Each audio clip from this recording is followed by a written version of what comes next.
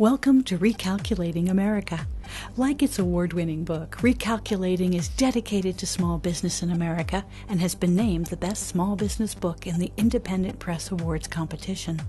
Each Recalculating program is dedicated to helping small business leaders add profits through efficient growth. During every Recalculating program, experts will give listeners useful information about starting or growing their small business.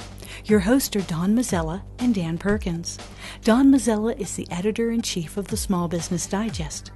Dan Perkins is a registered investment advisor with 43 years' experience in managing money. He specializes in helping small business owners make their money work as hard as they do. With summer fast approaching, Dan, the question of appropriate workwear and appropriate customer service wear is coming to the fore. Tell us about our first guest. Thank you, Don. We're meeting today with a very interesting gentleman who, as Don said, has an interesting subject. It's Philippe Weiss? It is Philippe. He's the managing director of Seyfarth Shaw at Work. Philippe, tell us about yourself, your company. Do you have a website and your business? Good. Thank you, Don, and thank you, Dan, for having me. It's a pleasure. I'm in charge of a company, as you said, called Seyfarth Shaw at Work. We're a subsidiary of a global law firm, and our entire purpose is to help small and growing businesses deal with the latest challenges, be they legal, business, or people-related challenges, and do it in a cost-effective manner. And my background, thanks for asking, is I've practiced law for about a decade until I transferred over into leading this company, which is really focused on not addressing issues that have occurred, but proactively positioning companies to be as successful as possible. And your website? Our website is www.Seyfarth, which is S-E-Y, F as in Frank, A-R-T-H, @work.com. But the fastest way is just to Google Seyfarth at Work, and you'll be directed to our website. Super.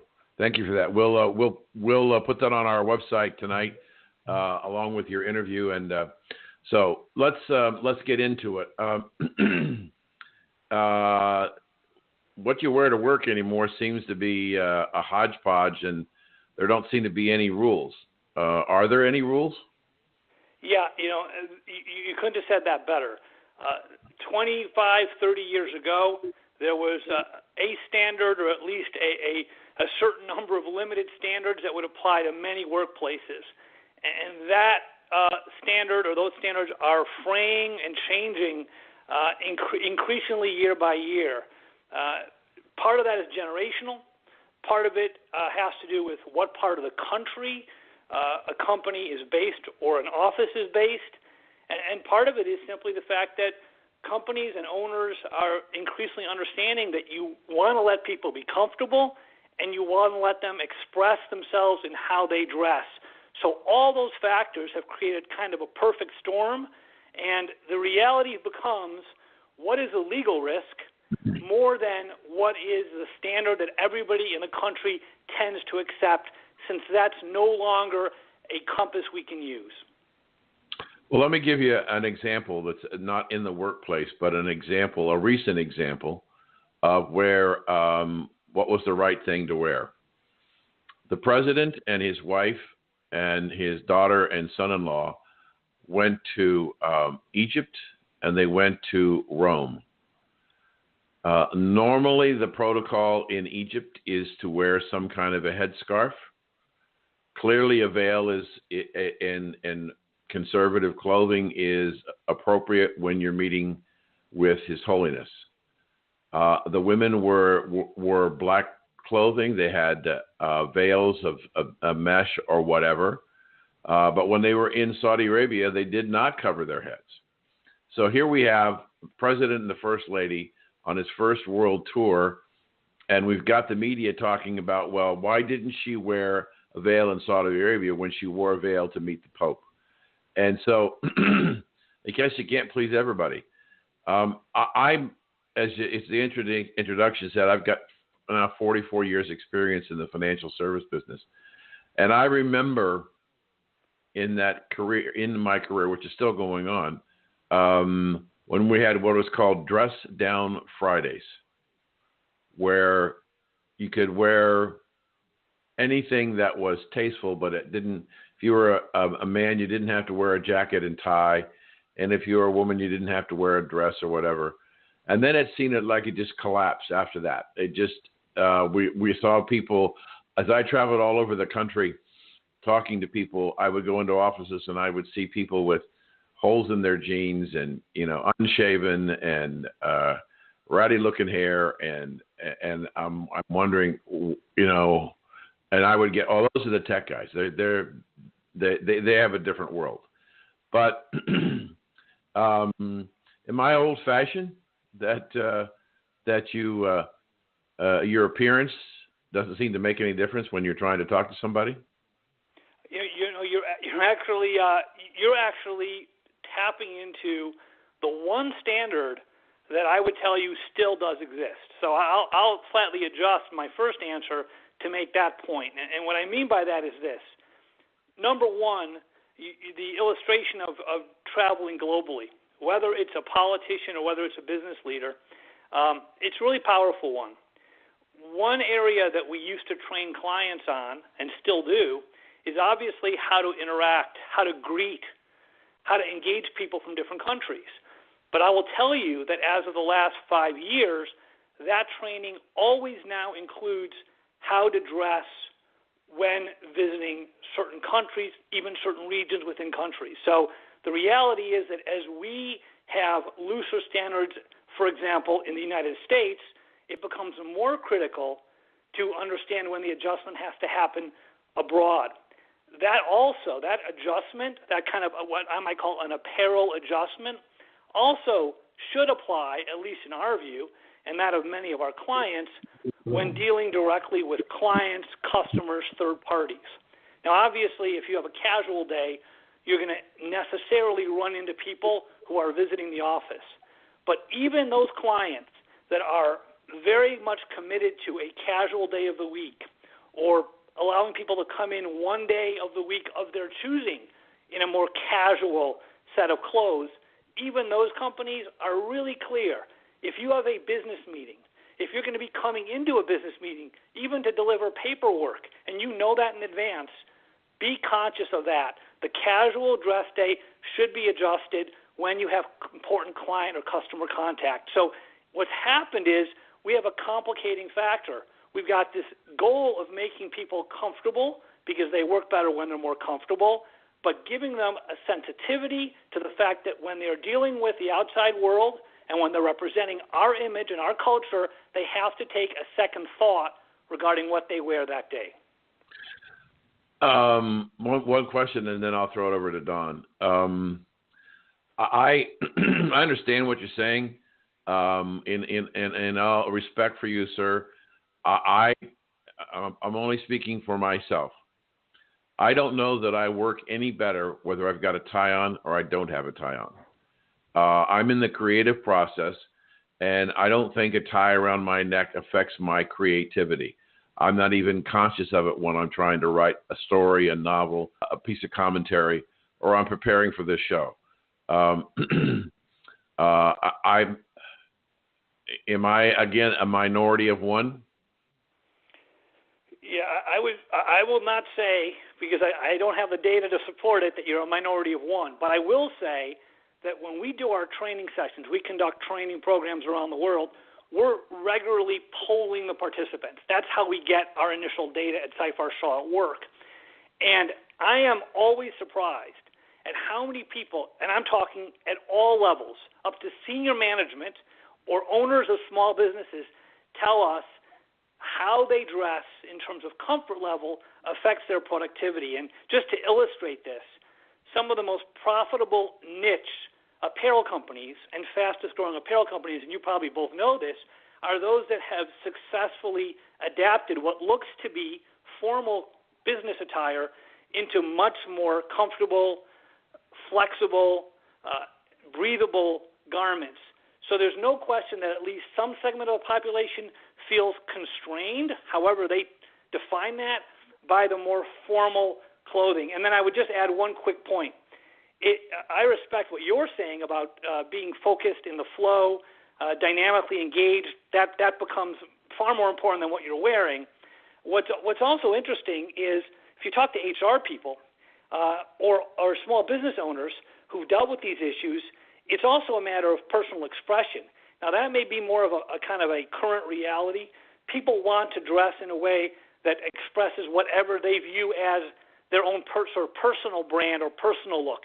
So you've got a couple of factors there. You've got comfort, you've got personal expression, and then you have on the other side of it, as you've been saying really cogently, this notion of corporate image and corporate branding, and they're all part of the mix today. Don? Can't hear you, bud. Oh, you hear me now? Yep. It's funny. You inadvertently hit on something when you said about torn dungarees or Levi's. But that, as my wife has informed me, is the style today. And in fact, having a torn dungarees is a mark of higher style. And yet you and I, being a little older, kind of look at it and say, by having something torn is wrong. Philip, would you talk about, is there an age or a generational gap that you've seen that makes it difficult for guys like Dan and me to adjust to this new world? Yeah, Don, that's another really good question. So on the one hand, we do see generational divides and generational differences. I'll give you an example of that. So, at times, it's simply a matter of the fact that the dress code for an organization has changed, and now you end up with one generational group or layer not feeling comfortable or not feeling it's appropriate to switch over, and you end up with some companies where maybe a third of the people look like they're part of company A because they dress according to the new dress code, and the rest look like they're part of a different company because they didn't feel that was appropriate. So you end up with a lot of that, more than you would think. In some cases, it actually gets even more extreme. We have a hospital client. They run a number of small clinics as well. And in one of the clinics, a doctor was coming to work with wearing his tie. So that was not the issue. It was not a tie or no tie issue. But the ties he wore all had artwork by his 7-year-old son. One of these pieces where you can actually have the clothing manufactured on a custom basis. And the kid was clearly no Picasso. The stuff looked a little bit messy. And it was interestingly the physicians that had been there a lot longer who said, we're not comfortable with these ties because we did have a corporate image. And even within something as seemingly innocuous as ties, we have seen a difference in terms of opinions and views. So the short answer to your question is we do see it. Sometimes it affects how the company looks, and it certainly affects how people react to the dress code. But one add-on point. You both have mentioned torn jeans, and I agree with you. In some circles, that is a matter of style. I will tell you, if you look at dress codes of virtually every company, I can't say all of them, but the vast majority that address jeans or address casual wear, the vast majority will actually affirmatively say, we do not want you coming to work in torn clothes, in frayed clothes, in dirty clothes. So there is, going back to the first question, there is a standard with respect to general cleanliness and professionalism in terms of clothes looking intact. That we continue to see. So you might have companies where everyone wears jeans every day, but outside of the highly creative fields, perhaps some very niche restaurants, for example, torn clothes are generally not acceptable. So that's still there, and I expect it to remain there for quite a while.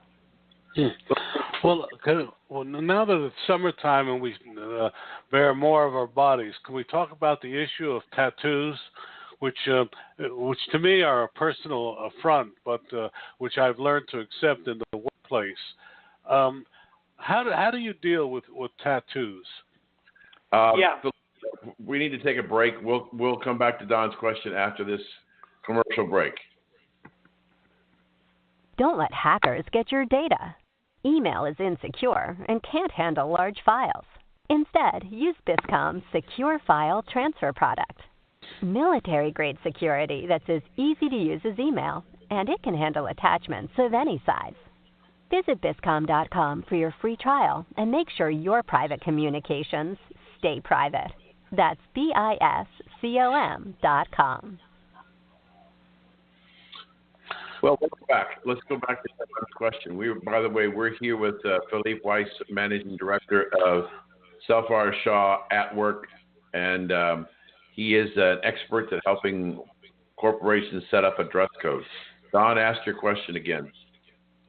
Well, the question is, with summer coming on and more and more of our skin being exposed, how do you deal with tattoos, which for me are still something that I have difficulty dealing with?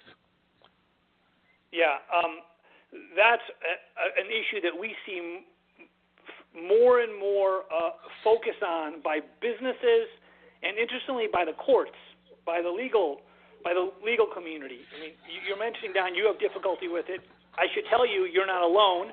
Many judges and juries have had difficulty with deciding whether a tattoo should be allowed in the workplace or whether a company should be held liable by telling someone to cover up that tattoo.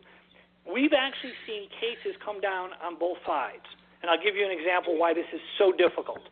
On the one hand, we've had retailers who have successfully said to the courts, we must show our customers a high-end, highly professional, relatively uniform image, and tattoos fly in the face of that, irrespective of other factors, and they've won those cases.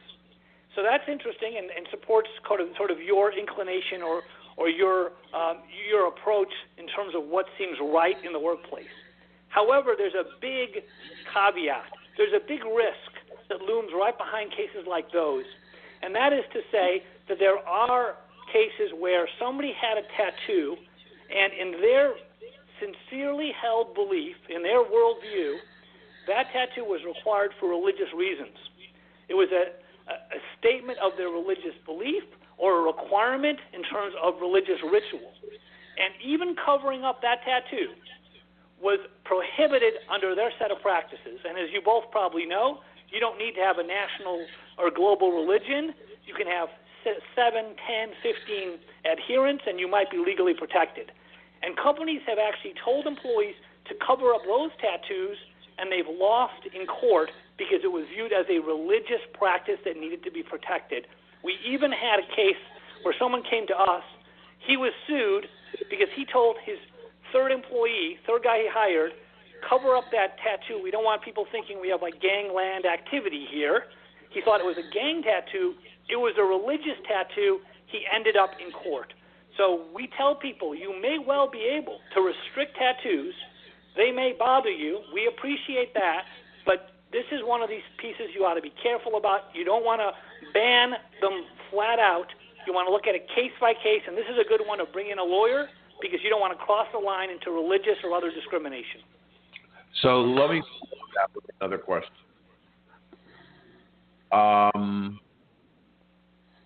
If in my hiring practice, as the potential employer, if I ask the potential, or let me put it another way, can I ask the potential employee in the interview as to whether or not they have any tattoos that would be visible if they came to work with us, depending upon what they wore?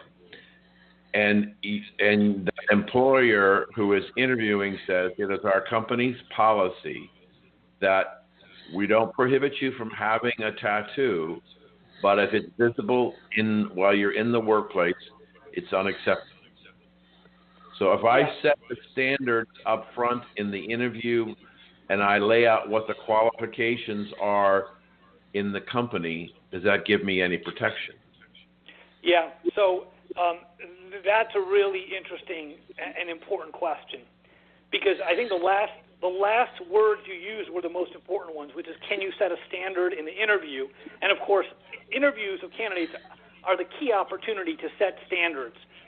However, to bring up tattoos and make a statement that sounds like a potential blanket restriction, just as I mentioned before, can be risky, because we don't know what those tattoos are or what they represent. And if you don't give someone a job, in part because of a religious practice, there can be risk there, just like there can be for asking to cover up that tattoo later.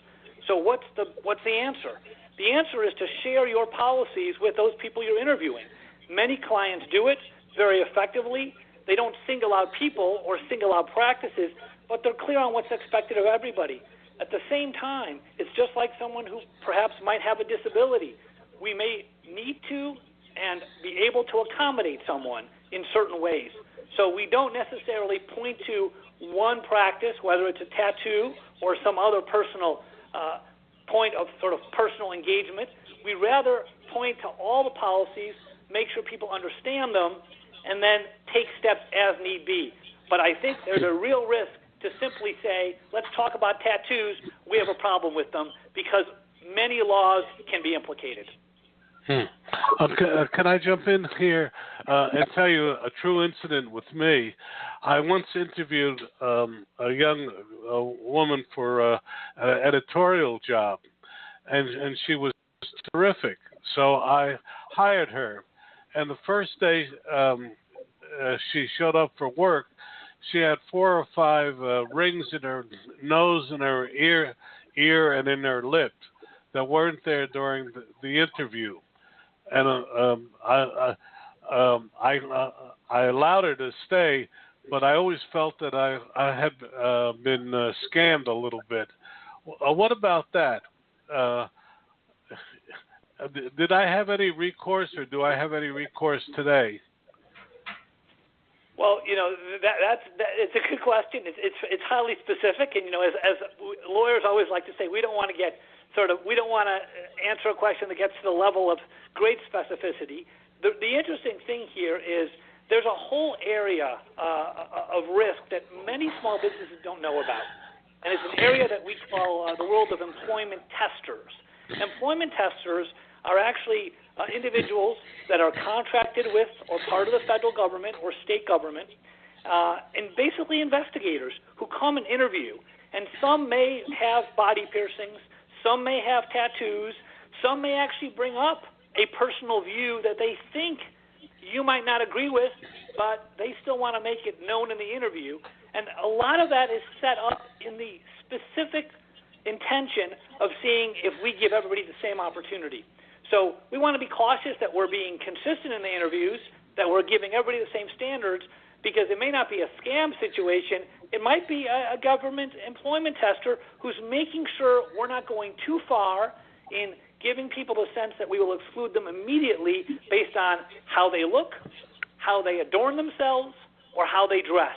That's why sharing the standard for everybody is better than talking about or risking ourselves in individual interactions. Well, we've got about less than a minute left. I want to raise one more quick issue following what Don has been talking about and what you've talked about.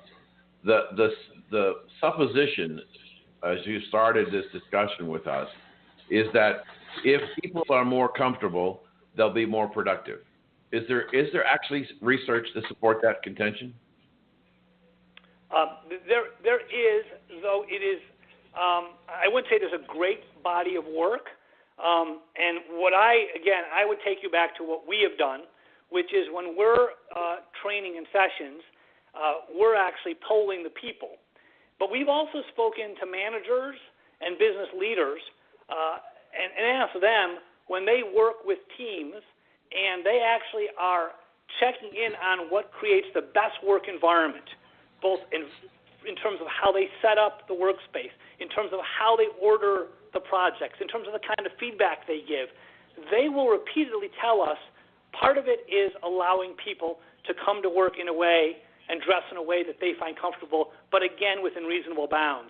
So Right. we're getting this feedback all the time.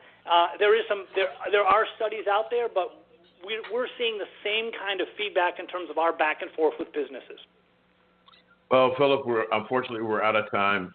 We've been talking to Philippe Weiss, Managing Director of Seyfarth at Work. And thank you for joining us. And we'll put this up on our website to be up tonight. Thank you, sir. Thank you. And now,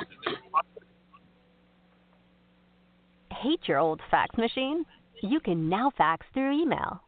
Simply write an email, attach the document, and send. Works with all major email providers.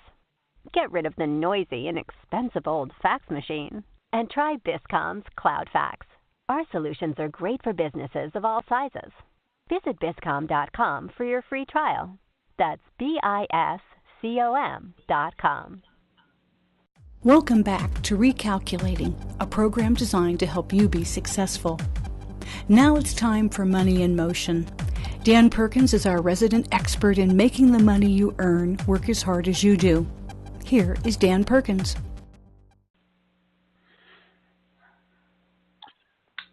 welcome back. This is Dan Perkins.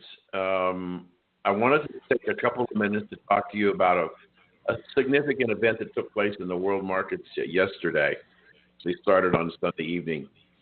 Saudi Arabia, Egypt, and a couple of other Middle Eastern nations have severed all relationship with Qatar because they believe that Qatar, while it's a small nation, has been a big supporter of terrorist and terrorism activities. They've shut down the airports, the borders. They've asked the diplomats to go home. And they're looking real hard at their people working from these four nations, working in Qatar, whether they want to call them back. Qatar was an original member of OPEC. It's a small member of OPEC, very wealthy member of OPEC. And what's going on is that we're beginning to see some cracks in the relationship. I think that the real issue here is that Qatar was an ally of Iran, and as a result, there is tension between Saudi Arabia and Iran over oil production and many other factors. So we're in a serious situation here. Crude oil prices went up just a little bit, then they've sold off, and we find ourselves in a situation where the world is becoming, again, more unstable. Our friend in North Korea has fired some missiles that landed actually in Japanese waters, and so that's an area of tension. Magdog Mattis is saying that this is a serious problem, and everybody's trying to figure out: do we let the narcissistic dictator in North Korea use a nuclear weapon before we strike? And how are we going to strike? We're not going to send troops. Are we going to try and bomb his nuclear facility? What are we going to do? And what role does Russia and China and Japan and South Korea play in the same situation? So a lot of volatility in the markets yesterday. It's starting off today the same way. And we're in a situation where until we get something settled, the markets are going to be unsettled. And I think the biggest risks right now, not so much the Qatar situation, is what's going to happen in North Korea. This particular gentleman has a serious problem. The other thing that affects you as a small businessman is that it appears that the Department of Labor regulations on fiduciary responsibility of certain brokerage firms is going to go initially into effect on June the 9th with full implementation around January 1st. But we'll keep you updated on that. So let's go back to Don. Okay, Dan. You know, many Americans want to own a baseball team. Our next guest owns a baseball team. In fact, at least two, because he just took over another team. But anyway, our next guest is Al Dorso, who's owner, amongst other things, of the Somerset Miners, one of the better minor league baseball teams in America. Hal, welcome to the program. Thank you very much. That's the Sussex County Miners, by the way. Sussex County. This is Dan Perkins. Was that in New Jersey? Excuse me? Sussex County's in northern New Jersey, and I own the Jackals out of Montclair State University, the Yogi Berra Stadium. The Jackals play in. Any major league teams? Excuse me? Are you a farm team, or are you a farm team? I can't. I'm hearing. No, you're breaking up, Dan. You broke up. Okay, let me try it again. Are any of your teams that are in a farm team for a major league team? No, they're unaffiliated baseball in the Can-Am League. Okay. So the interesting thing, it's an international league, and the interesting thing is we play teams from other countries. We play Cuba this year. We played them last year also. They're number one team that goes out and plays professional teams around the world. And we're playing the Dominican Republic's number one team. They'll be in this coming week and touring the United States and Canada. And we bring them in for league play. It counts in our league standings, which is interesting. And we're always looking. Last year we had Japan in that played also a series with us. It's pretty exciting. So how many teams in your league? Say that again? How many teams in your league? So there's 6 teams permanently in our league, and there's 2 teams that we bring into the league from outside, like I said, Cuba and Dominican Republic this year. So it's 8 teams. Both of your teams in the same league? Yes. Okay. And there's a league up on Cape Cod, which is basically made up of college students who play during the summer. Yeah. What's the makeup of your teams? So these teams are professional baseball players. They've been through the draft, and there's different levels of play. But we bring players that have played AAA ball, that have played Major League ball on their way down. They could be recovering from an injury, and they come down to our team to recover and get back to professional baseball. So any guys on their way up or on their way down, and we have a deal with professional baseball. They can they can buy our players, and there's a set deal during the season. And we've had the Miners have had 3 players moved up in the past couple of years, and the Jackals have had 4. Yeah. What are the challenges as a small businessman owning? Besides, I should ask you the challenges as a small businessman. You own 2 baseball teams. What else do you do, or do you have any time to do anything else?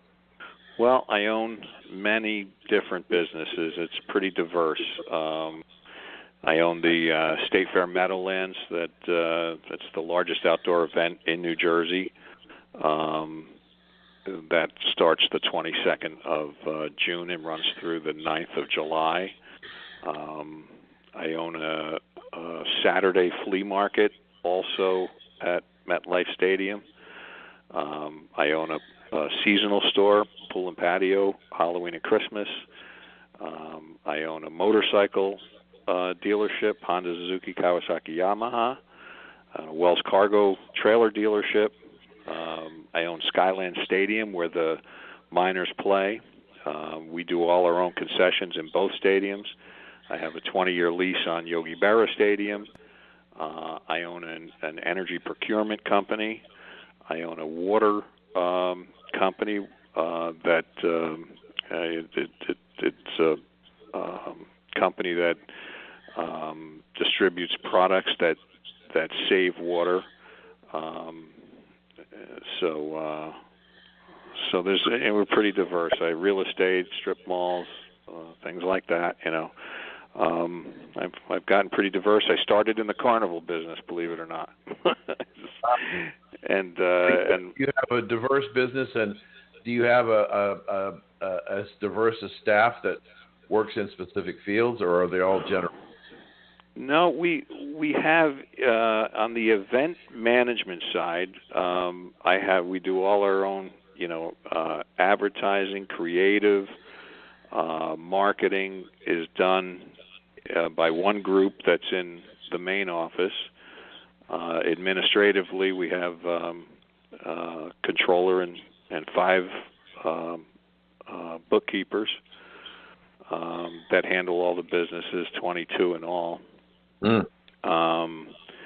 So the administrative end of it comes out of one office, but sales are in different offices, and obviously both stadiums have a sales staff and management team, but they all report up into this office. And I've got my 2 sons, 30 and 28, are obviously integral parts. And if I didn't have sons in the business, I probably would be retired by now.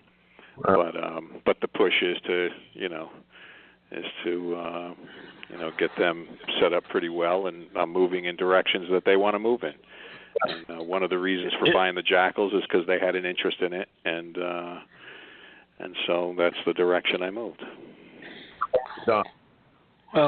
Well, Al, one of the things that attracted me to inviting you on the program is the fact that you're for the equivalent of one seat at Yankee Stadium, a family of 4 can go to your a game, a minor league game, and enjoy food, etc. And really, you have fireworks, etc. Will you talk a little bit about that? And sure. How it and out? that's obviously the attraction to you come a Saturday night. There's entertainment before the game. So if you get there at 6:00, the game's 7:05. You get some entertainment for an hour before. You can eat inexpensively. For less than $10 a person, you could eat and drink. For $12 a ticket, you get the best seat in the house. And at the end, you get a great fireworks display. So, where can you get 3 hours of entertainment? And the funny thing I always say is that that in between the entertainment, baseball breaks out. That's the way little league, minor league baseball works. I mean, there's 200 or 300 hardcore fans, and they just want to see baseball. But you can't survive on those few hundred hardcore fans every night. You need the families and the rest of the people who want to come and be entertained and see baseball. I mean, and it's, it was the national pastime. It's still a great sport, played by great, enthusiastic guys that want to make, that have a dream and want to make the major leagues. So I enjoy it. We've got a break here, and we'll be right back after this message from our sponsor. Sure. Don't let hackers get your data. Email is insecure and can't handle large files. Instead, use Biscom's Secure File Transfer product. Military-grade security that's as easy to use as email, and it can handle attachments of any size. Visit Biscom.com for your free trial and make sure your private communications stay private. That's BISCOM.com. We're back with Al Dorso, who owns most of the world. Owns football teams and carnivals and all kinds of things. Al, I want to ask you because for about 18 years I owned a place in Myrtle Beach, South Carolina, and they had the Pelicans there. Right. It was a farm team, I think, of the Atlanta Braves. And you're right, it was an experience. You got there before the game started, and there were all kinds of things, and there were bands playing and people dancing and giveaways and contests. And then, as you said, baseball broke out, and the 7th inning stretch was a hoot. And the mascot doing all kinds of crazy things. And then fireworks. It really is, for the money, it's what, 4 hours, 4.5 hours, all inclusive? Yeah, I mean, it could be, 3, 4 hours, whatever however you care. But if you think about it, a family of 4 under $100. I mean, you go to the movies today, I don't know. You get an hour and a half of maybe you like it. You can't not like it. If you don't like where you're sitting, you get up and, the kids can go on some rides and play some games. And, it's just, the prices are all reasonable in the concessions. If you go to Yankee Stadium, I think beers are $11 now. I mean, we still have a $5 beer, So let me ask you a question about attendance a little bit. Sure. When we had the Great Recession in 2008, 2000, your attendance at your events, did it fall off? So, on the fair side of it, it really hung in there, and the reason is less people went away on vacation, so they're looking for something close to home. And so what we did is we added some nights in the middle of the week where, for instance, at the fair, we added $1 day. So everything was $1. Parking was $1 admission. A ride is $1. Every ride in the fair, $1. Rides are up to $7 sometimes, right? Food items at every concession stand were $1. Games were maximum $1. So during the recession, we went from 7,000 people on opening night to 42,000 people. Right? So, and then we take the worst night of it's a 17-day event. We take the worst night of the fair, which is 2 Wednesday nights, and we made one cheap night, which they got a deep discount all around, admission ticket and ride all rides, and we went from 7,000 people to 18,000 people. And then we did a kids go free night, where admission for children 14 and under were free. And that night went from 8,000 people to 20,000 people. So there's ways to do it and keep your concessionaires happy and keep the rides running. You just have to give those people that couldn't afford those other nights, a regular Saturday night. If they come into the fair and it costs them $200 for a family of 4, they can come for that night for $100 a family of 4 and enjoy it. Of course, if you enjoy crowds, but that's how we survived. And you have to think outside the box when the economy goes bad. The economy looks like it's going to recover some more. Are you seeing any increased participation, but not necessarily because of price? Well, the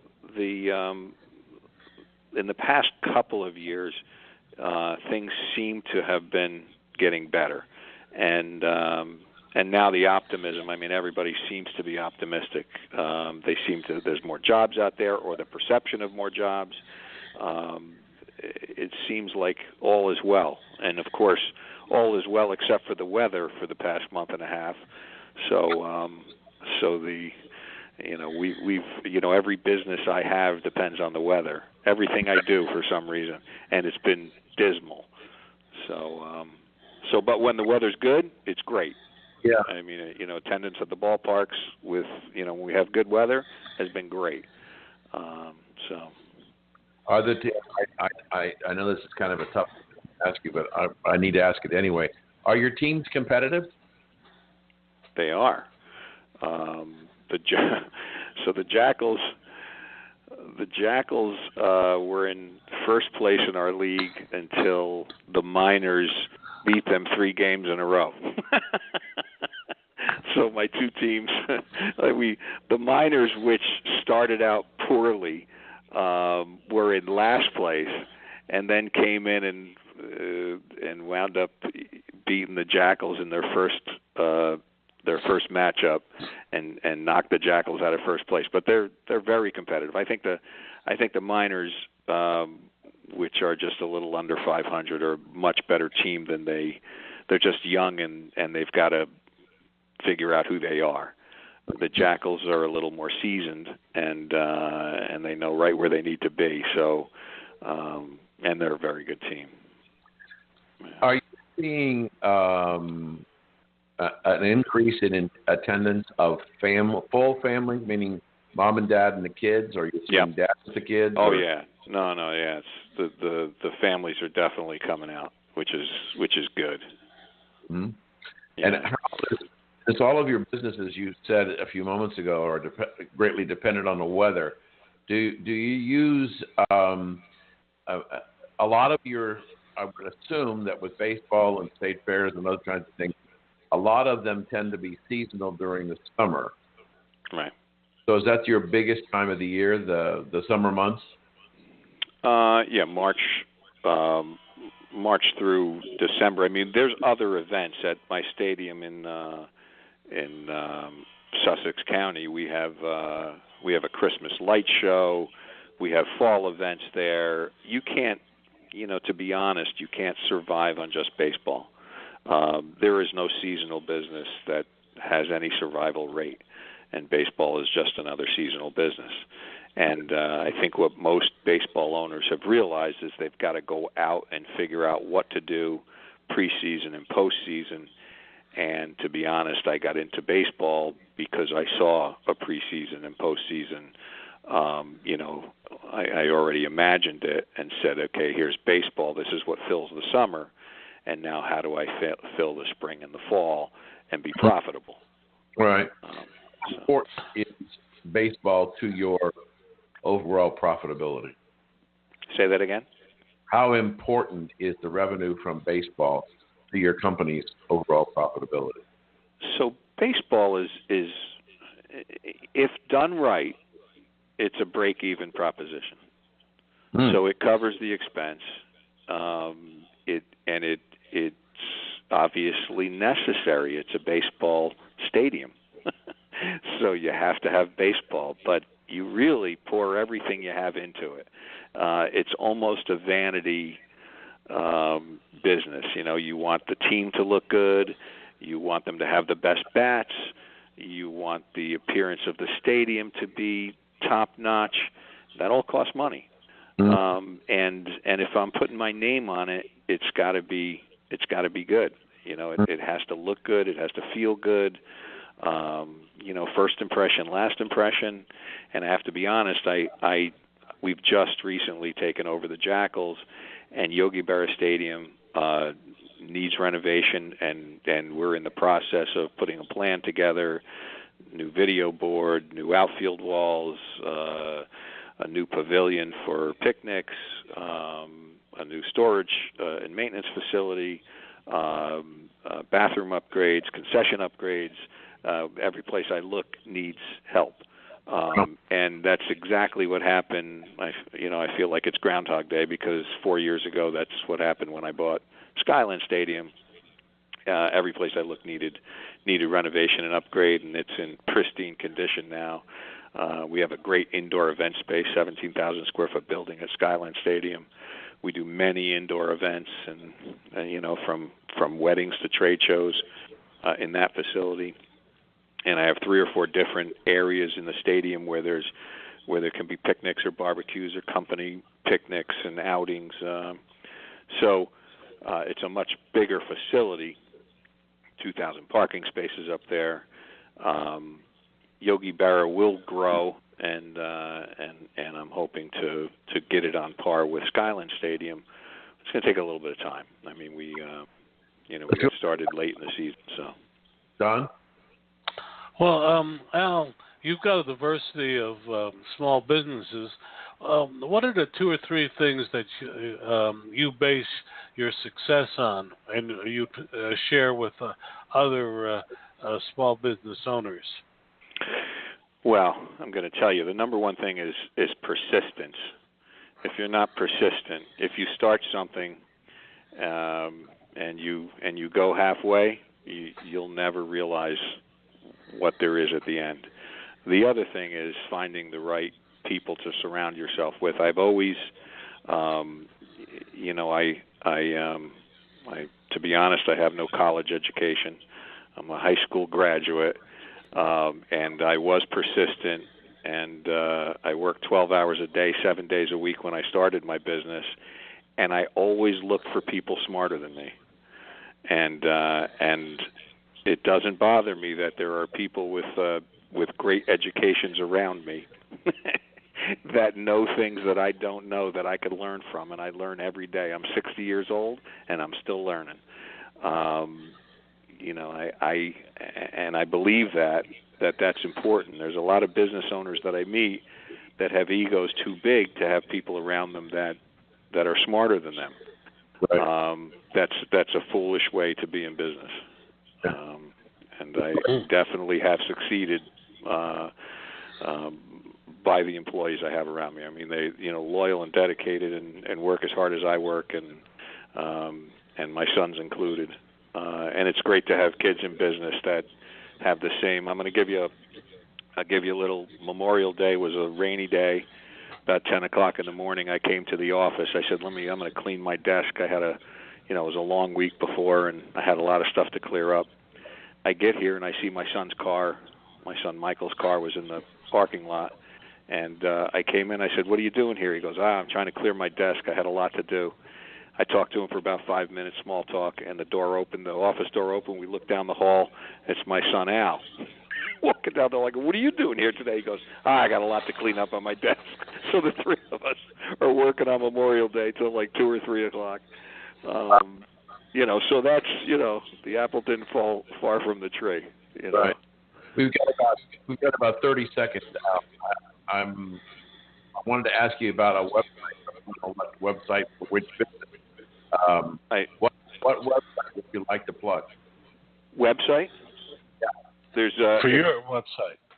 Yeah, if you go to Seyfarth Group, all the companies are on there, so that'll get you the most information about us. That's Seyfarth.com? Yes. Super.